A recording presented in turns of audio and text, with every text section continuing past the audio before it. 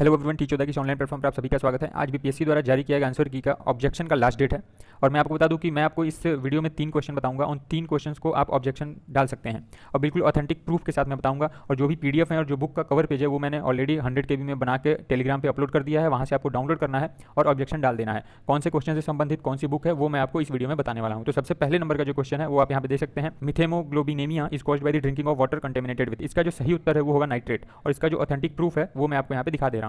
ये इसका पीडीएफ है, unit 14 environmental chemistry class 11th की केमिस्ट्री की बुक में है दिया हुआ है। और जो पुरानी वाली एनसीईआरटी है उसमें ये दिया हुआ है।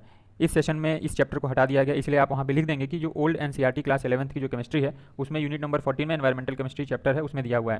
तो आप ये देखिए, मैं आपको यहाँ पे प्रूफ दिखा रहा हूँ और इस पीडीएफ को आपको एज इट रेफरेंस जो डॉक्यूमेंट मांगा गया है उसमें आपको अपलोड कर देना है। ये पीडीएफ बिल्कुल 100 KB में मैंने बना के टेलीग्राम पे अपलोड कर दिया है।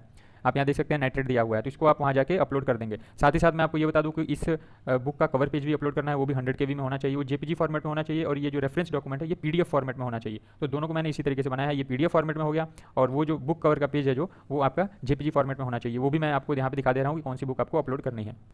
आप यहाँ देख सकते हैं, ये है बुक का कवर पेज, क्लास 11th की केमिस्ट्री की बुक है, पार्ट 2 है इसका। और आप यहाँ पे देख सकते हैं इसी कवर पेज को आपको वहाँ पे अपलोड कर देना है। ये भी मैंने 100 KB में बना के टेलीग्राम पे अपलोड कर दिया है, आप वहाँ से देख सकते हैं। अब अगला प्रश्न हम लोग देखते हैं। अगला जो क्वेश्चन है वो ये है कि which of the following gases is produced from landfills, यानी लैंडफिल से कौन सी गैसेज प्रोड्यूस होती हैं। तो इसका जो सही उत्तर है वो है आपका मीथेन, और मीथेन सही उत्तर होना चाहिए। तो मैं आपको बता दूं इसका ऑथेंटिक प्रूफ में मैं आपको दिखाने वाला हूँ। उससे पहले मैं आपको बता दूं कि जो लैंडफिल से जो गैसेज प्रोड्यूस होती हैं वो होती है बायोगैस, और बायोगैस किन किन गैसेज का मिक्सचर होता है वो उस ऑथेंटिक प्रूफ में दिया हुआ है। तो आप जो डिस्क्रिप्शन में लिखेंगे आप वहाँ पे लिख देंगे कि biogas is produced from the landfills, और उसके बाद आपको ये लिख देना है कि biogas is a mixture of, यानी उसके बाद जो ऑथेंटिक प्रूफ में जो लिखा हुआ है वो आपको वहाँ पे लिख देना है। तभी आपको वो जो ऑथेंटिक प्रूफ है वो सही माना जाएगा। तो मैं आपको वो ऑथेंटिक प्रूफ दिखा दे रहा हूँ, कौन सा आपको पीडीएफ लगाना है। वो भी 100 KB में बनाया हुआ है और उसका कवर पेज भी 100 KB में बनाया हुआ है। आप यहाँ देख सकते हैं चैप्टर नंबर 10 है माइक्रोब्स इन ह्यूमन वेलफेयर, और ये जो चैप्टर दिया हुआ है ये दिया हुआ है क्लास 12th की बायोलॉजी की एनसीईआरटी की बुक में। मैं आपको बता दूं क्लास 12th की जो एनसीईआरटी की बुक है बायोलॉजी की, उसमें ये चैप्टर नंबर 10 दिया हुआ है माइक्रोब्स इन ह्यूमन वेलफेयर। तो आपको मैं ये दिखा दूं कि इसका ऑथेंटिक प्रूफ कहाँ पे है। तो आप यहाँ देख सकते हैं, ये देखिए मैंने आपको बताया कि लैंडफिल से जो है कि बायोगैस निकलती है और बनती है। तो biogas is a mixture of gases containing predominantly methane. Methane इसमें सबसे ज़्यादा मात्रा में होता है। आप नीचे यहाँ देख सकते हैं, produce large amount of methane along with carbon dioxide and hydrogen. Carbon dioxide और हाइड्रोजन भी रहता है, परंतु मीथेन जो है वो लार्ज अमाउंट में रहता है। और आपने ऑप्शन में देखा कि वहाँ पे मीथेन ऑप्शन दिया हुआ है, कार्बन डाइऑक्साइड भी नहीं दिया है, हाइड्रोजन भी नहीं दिया है। तो आप मीथेन को ही टिक करेंगे और मीथेन ही बिल्कुल सही उत्तर होना चाहिए। हालांकि आयोग ने जो है कि डी नंबर ऑप्शन दिया था, परंतु इसका सही उत्तर मीथेन होना चाहिए। तो आप इस पे ऑब्जेक्शन जरूर करें और डिस्क्रिप्शन में मैंने जो बताया है वो आप वहाँ पे जरूर लिख दें। अब इस बुक का कवर पेज मैं आपको दिखा दे रहा हूँ। ये इस बुक का कवर पेज है, ये भी आपको अपलोड करना है। तो आप देख सकते हैं text book for class 12th और बायोलॉजी की बुक है, और ये इसको आपको वहाँ पे अपलोड करना है। ये भी मैंने 100 KB में बना के टेलीग्राम पे अपलोड कर दिया है। अगला प्रश्न हम लोग देखते हैं। अगला क्वेश्चन है कि किसके नेतृत्व में चिपको आंदोलन को मजबूती मिली। तो इसका सही उत्तर होना चाहिए सुंदरलाल बहुगुणा, परंतु बीपीएससी ने जो आंसर दिया है वो दिया है अमृता देवी बिश्नोई। इसका भी ऑथेंटिक प्रूफ मैं आपको पीडीएफ दिखा दे रहा हूँ जो आपको अपलोड करना है।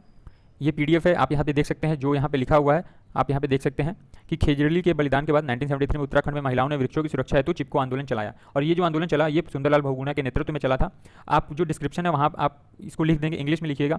देखिए अल्फाबेट इंग्लिश में भले रहें पर आपको उसको हिंदी में लिखना है, जैसे हम लोग व्हाट्सएप पे चैट करते हैं उस तरीके से आप लिखते हैं, कोई समस्या नहीं होगी। अगर इंग्लिश में आप उसको कन्वर्ट करके लिख सकते हैं तो वो भी सही है, और यदि आप जिस तरीके से हम व्हाट्सएप पे चैट करते हैं उस तरीके का भी इंग्लिश यदि आप वहाँ लिखते हैं तो भी वो सही माना जाएगा।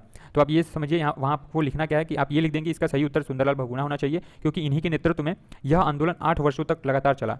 और जो आंदोलन 8 वर्षों तक चला, जाहिर सी बात है कि उस आंदोलन को मजबूती जरूर मिली होगी सुंदरलाल बहुगुणा के नेतृत्व में। और इसी आंदोलन के परिणाम स्वरूप 1981 में गवर्नमेंट ने क्या किया कि हिमालय के जो क्षेत्र है वहाँ पे वृक्षों की कटान पे रोक लगा दिया। तो ये आंदोलन काफ़ी मजबूती से चला, तभी सरकार को भी कड़ा एक्शन लेना पड़ा। तो आप इसको लिख देंगे वहाँ डिस्क्रिप्शन बॉक्स में, और साथ ही साथ ये जो है ऑथेंटिक प्रूफ आप वहाँ पे लगा देंगे। ये जो रेफरेंस जो लिया है ये मैंने लिया है क्लास 10th की साइंस की बुक है राजस्थान बोर्ड की, उसमें चैप्टर नंबर 12 है मेन नेचुरल रिसोर्सेज, उसी में से ये रेफरेंस लिया गया है। तो आप इसको वहाँ पे लगा देंगे और वहाँ पे पेज नंबर लिखना है, तो पेज नंबर इसमें इस पीडीएफ में नीचे दिया हुआ है, तो आप इसको वहाँ पे लगा सकते हैं। क्लास 10th की साइंस की बुक है ये राजस्थान बोर्ड की, चैप्टर नंबर 12 है मेन नेचुरल रिसोर्सेज। तो इस तरीके से आप इस वीडियो को लगा दें। और इस बुक का मैं कवर पेज आप लोगों को दिखा दे रहा हूँ। ये इस बुक का कवर पेज है जो आपको अपलोड करना है। आप यहाँ देख सकते हैं माध्यमिक शिक्षा बोर्ड राजस्थान क्लास 10th की साइंस की बुक है ये, और आपको इसको अपलोड कर देना है। पूरा जितना पीडीएफ और जितना बुक कवर मैंने आपको दिखाया है वो पूरा बिल्कुल जो फॉर्मेट चाहिए उस तरीके का मैंने बना दिया है। सब कुछ 100 KB के अंदर में है। आपको बस ये डॉक्यूमेंट ऑब्जेक्शन के समय आपको अपलोड कर देने हैं, और डिस्क्रिप्शन में जो मैंने आपको बताया है वो आपको वहाँ पर लिख देना है।